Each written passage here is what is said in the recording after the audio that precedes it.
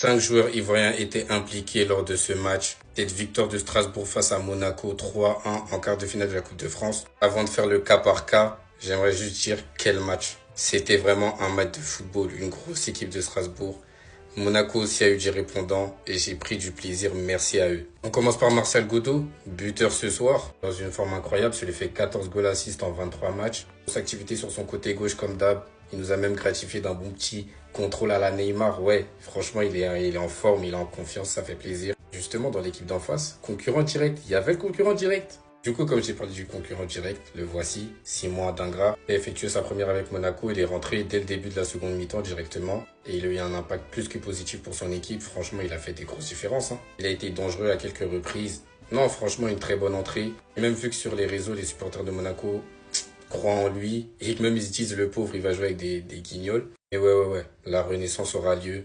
On a confiance. Il a doué. Le plus doué des doués. Défensivement, franchement, aujourd'hui, top match défensivement.